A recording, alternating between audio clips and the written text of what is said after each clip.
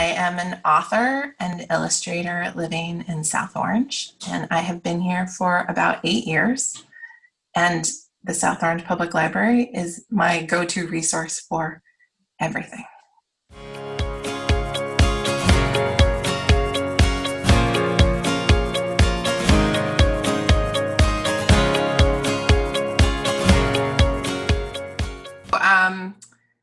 In 2016, which feels like about 17 decades ago currently,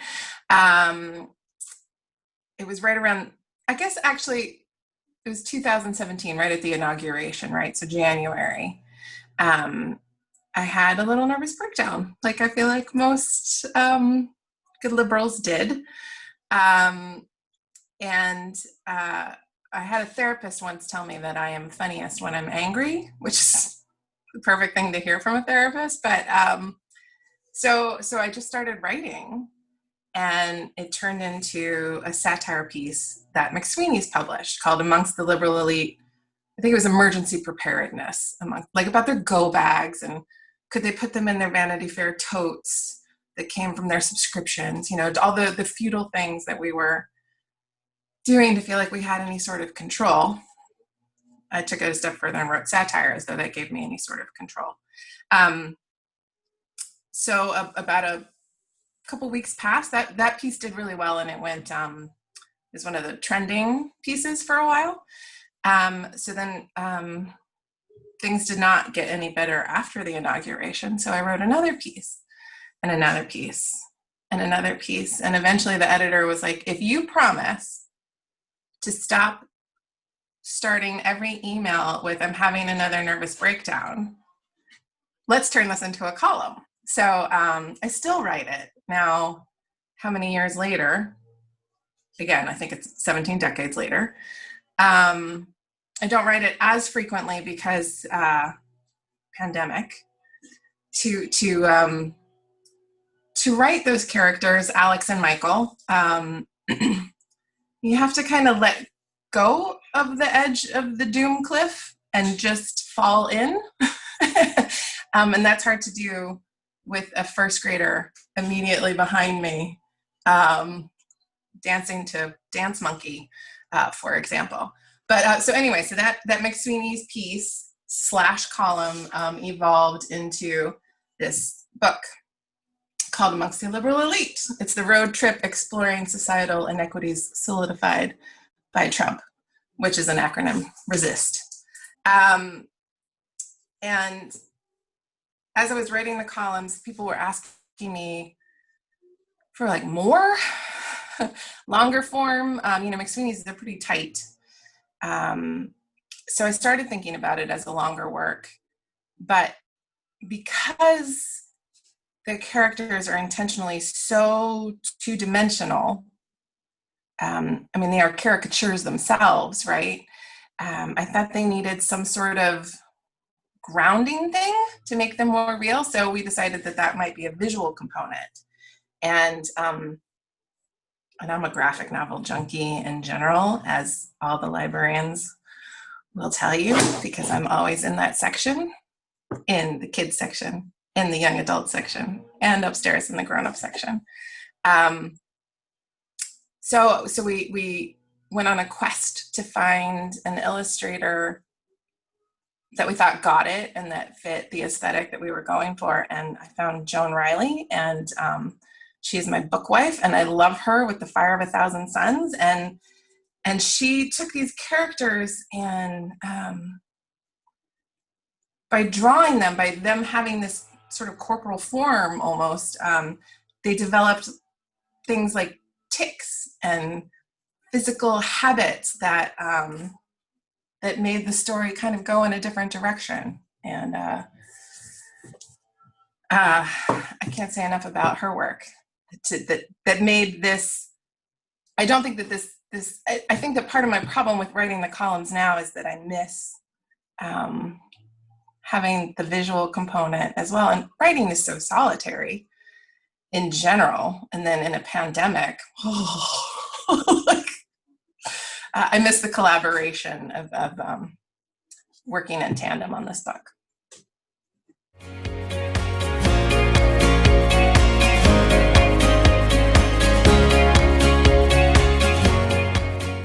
So for anyone who's never done a graphic novel, there are a few more steps than just writing prose. I did write out the entire script in about 2 weeks. We did it real fast. We got the deal for this book in January 2018.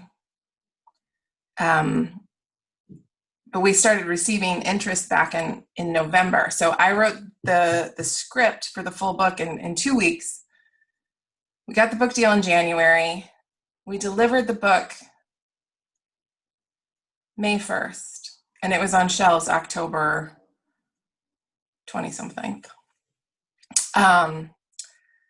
So it was fast.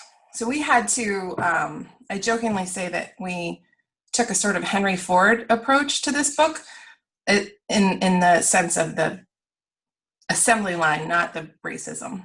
We tried to. So what we did is, Joan had created these characters, and this book was extra hard because Joan was diagnosed with brain cancer between Christmas and New Year's, right before we got the proper book deal. And she and I talked about it. And as a cancer survivor myself, we had very candid conversations about what we could do and what we couldn't do, what she could do specifically. And we decided that we just wanted this book to exist no matter what, and that we would get through it. And she wanted it to happen, whatever it took. So we brought in some people to help. Fortunately, Joan knows a lot of amazing and talented people. So we had someone come in and do what's called thumbnails. I should have brought some papers here. But they're like quick sketches. Like Joan would say, a side shot, close, with Alex in the foreground, right? So I'm going to scribble for 1 second. So then a thumbnail would be as simple as Alex in the foreground and Michael in the background. This is terrible. Don't tell Joan I did this. So then you've got Alex in the foreground, and then, Michael's designated by his glasses. So it's a rough draft, but so you can figure out the layout. Like, is it a quarter page? Is it a half a page? Does the pause in the action happen properly for page breaks? With comics, you want to always make them turn the page even more so than prose, right? So you always want the cliffhanger, the front half of a joke, whatever, to be bottom right corner, so you can turn and get the delivery. So after you do these thumbnails, and you've got your layout the way you want, then you do something called pencil sketches, where you do a more complete rendering of what you want in each panel, and then you ink them. I cheated, and in between, so we had a penciler and an inker to help us out. I learned how to letter, which is where we took Joan's handwriting and turned it into a font so that I could replicate her handwriting. And I learned how to do that in Photoshop, move the text around, and follow all our visual rules. I got a lot better 2/3 of the way through the book, so you'll notice it doesn't improve drastically over the course of the book. But that's also very dangerous to have the writer in charge of the lettering, because I think I rewrote every panel probably 7 times until they would be like, just stop. But that was the gift of having such a short turnaround too, was that there wasn't a lot of time to overthink things. You just had to kind of throw it all to the wall.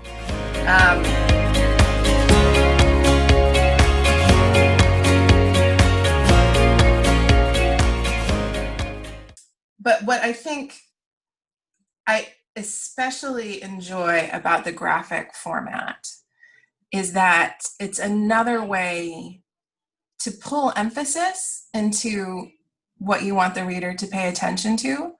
Either it's, I guess you can use bold, right? And you can use spacing with prose. There's the thing where people like where they I, period, literally, period, can, period, not, right? This you can, if someone says something ridiculous, for example, Michael says ridiculous things all the time, I can have the character Alex just have a panel where she's, that moment that happens in conversations when you know that you have made a gaffe, right? It's much easier to, or much more impactful, I think, to do in a graphic format than in prose. And it's also this is a very serious topic. I know I say it's satire and it's humor, but it's very earnest. These characters deeply care about this country and are truly panicked about the direction it's gone and how much they're learning about how much of this is not new. So I was able to, in very serious moments, add some levity with like some Easter eggs in the background, right? Like they have a big fight in front of a giant frying pan. And so we just had a little character walk upstage, if you will, in a bacon outfit and like have someone take his picture pretending like he's frying in the pan. I feel like you have a unique opportunity with the graphic medium, and I think it's really powerful, both as an artist and a writer. It brings my two favorite things together.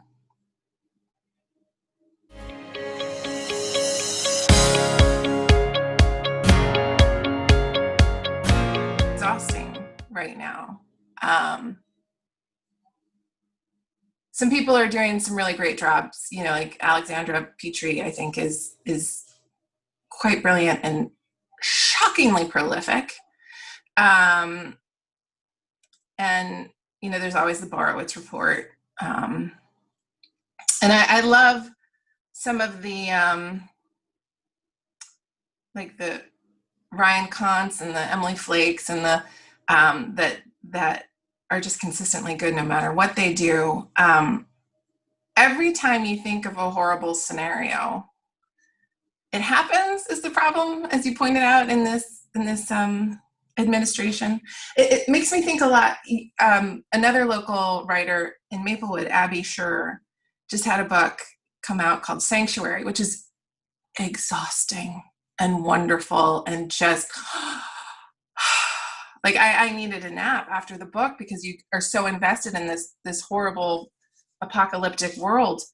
But I was listening to her speak about writing the book, and she said that every time they thought they'd come up with something so far-fetched, so dystopian, so just off the charts, and then it would be in the news that it was actually happening and they would have to rewrite again.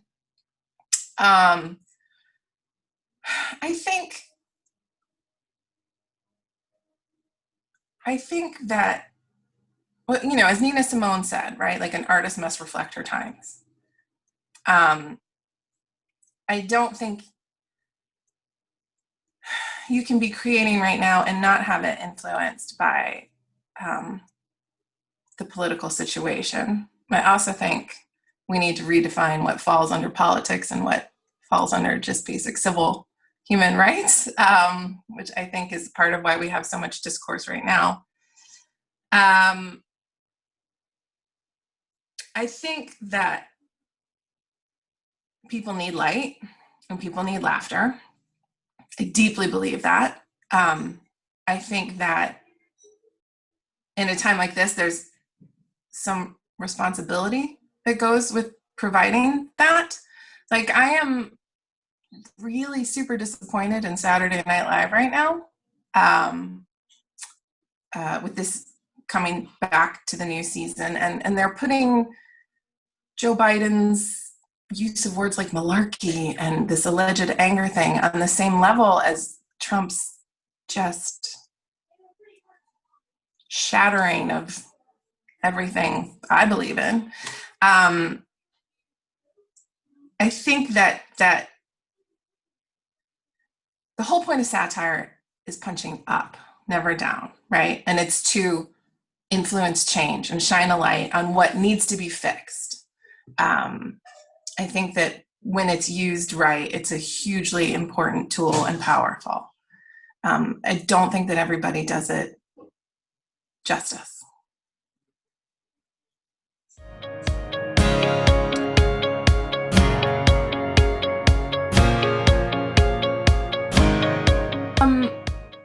When I did the book tour, I tried to choose purplish places, because I do think the left is very guilty of our echo chambers, right? So I'm from North Carolina, so I did 3 stops in North Carolina, and in Illinois, instead of going to Chicago proper, I went to Naperville. I went a couple of places where it was interesting. I mean, it was always interesting. But with a title like Amongst the Liberal Elite, like for the most part, I don't have to deal with a whole lot of trolls or antagonists. Most people know that. I did get asked, well, one, the Jill Stein people did not like me one bit. That's okay. I'm pretty mad at them too. But I did get asked a couple times for, especially older demographic, they would say, like, as moderates, as someone who doesn't necessarily identify as liberal, what's in this book for me? And I think, this was in 2018 when I took it on the road, right before the midterms and a little bit after the midterms, but we were doing like a bunch of get out the vote stuff around that. And I think that the tone has sort of shifted slightly even since then. I feel like more people are moving a little lefter of the current Republican Party. What I want the takeaway to be on this book, and I think the columns, these characters in general, right, is that there's common ground. Like, these people, Alex and Michael, love their country. They are patriots in the truest sense of the word. And we recognize that we are occasionally ridiculous. I mean, I would make fun of kombucha. I mean, I do regularly. I think that by being able to laugh at ourselves and acknowledge some of our ridiculous things and where we tend to go a little overboard makes us more approachable. So I want conservatives or moderates, even, depending on your definition of that word, to see that our motivation is love of country too, and what we could be, and our definition of the American ideals that we want to support, that we think that our forefathers mostly wanted, but also for the people that are left of center. Like, I think it's, especially with all the Black Lives Matter and the woke movement and everybody doing all this, virtue signaling, right? Alex and Michael make so many mistakes all the time. They are ridiculous. They are literally cartoon characters of mistakes. And, but they keep going and they keep trying, and they recognize, we're gonna mess this up. Like, it's the same thing I tell my child as he's working behind me and dancing to Dance Monkey, and he can't figure out the moves. I'm like, this is the first time you've tried this. Of course you can't get it right. Of course it's not gonna work the first time. But if you keep trying and if you keep putting yourself out there and you keep looking ridiculous, at some point we're going to get this right. And I just want people to keep showing up and keep trying and listening and learning and occasionally being willing to laugh at themselves, because otherwise it's going to be a long, dark, cold winter.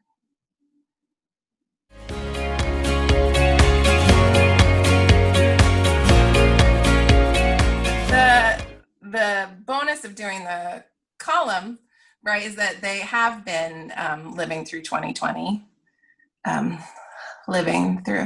They have been continuing to exist. They left New York to go do some homeschooling for Michael's sister. We decided was a first responder, and Alex and Michael were out of work, so they went to go help, which I had a lot of, so my husband is a Broadway person, and we have a lot of Broadway friends, and many of them just left the city to try and help out their families because, right, that's not coming back anytime soon. So they did eventually come back this fall to the city.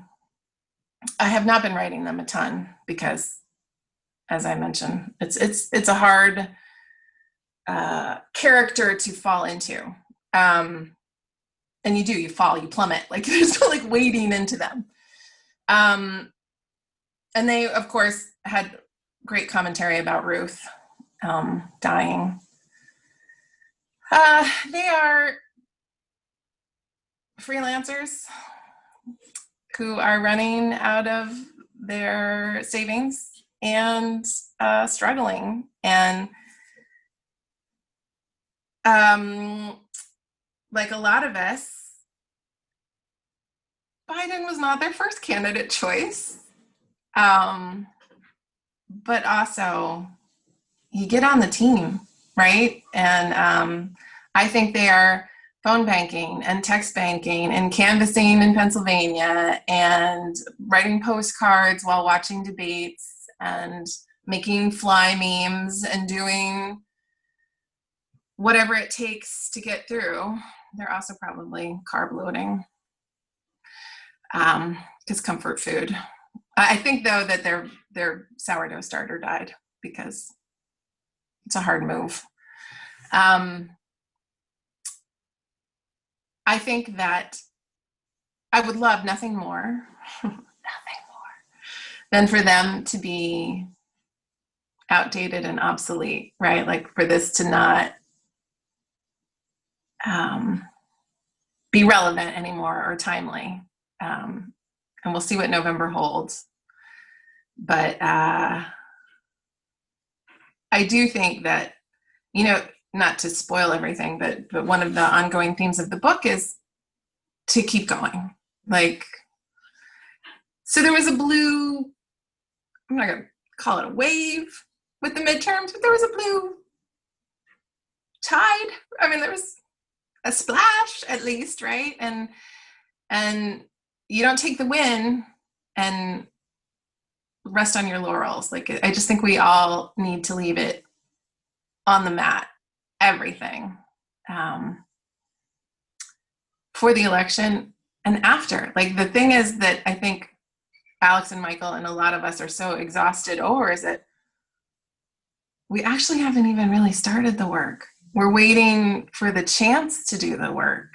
And knowing that that's what lays ahead of us is daunting, but it doesn't make it any less important.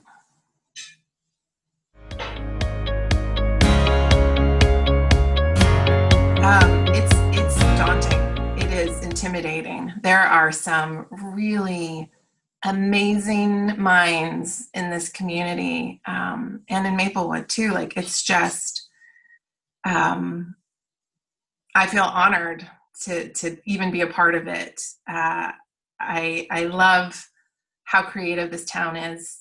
I love how embracing this town is of the arts in general. And I love that when I go to the library to work back in the before times,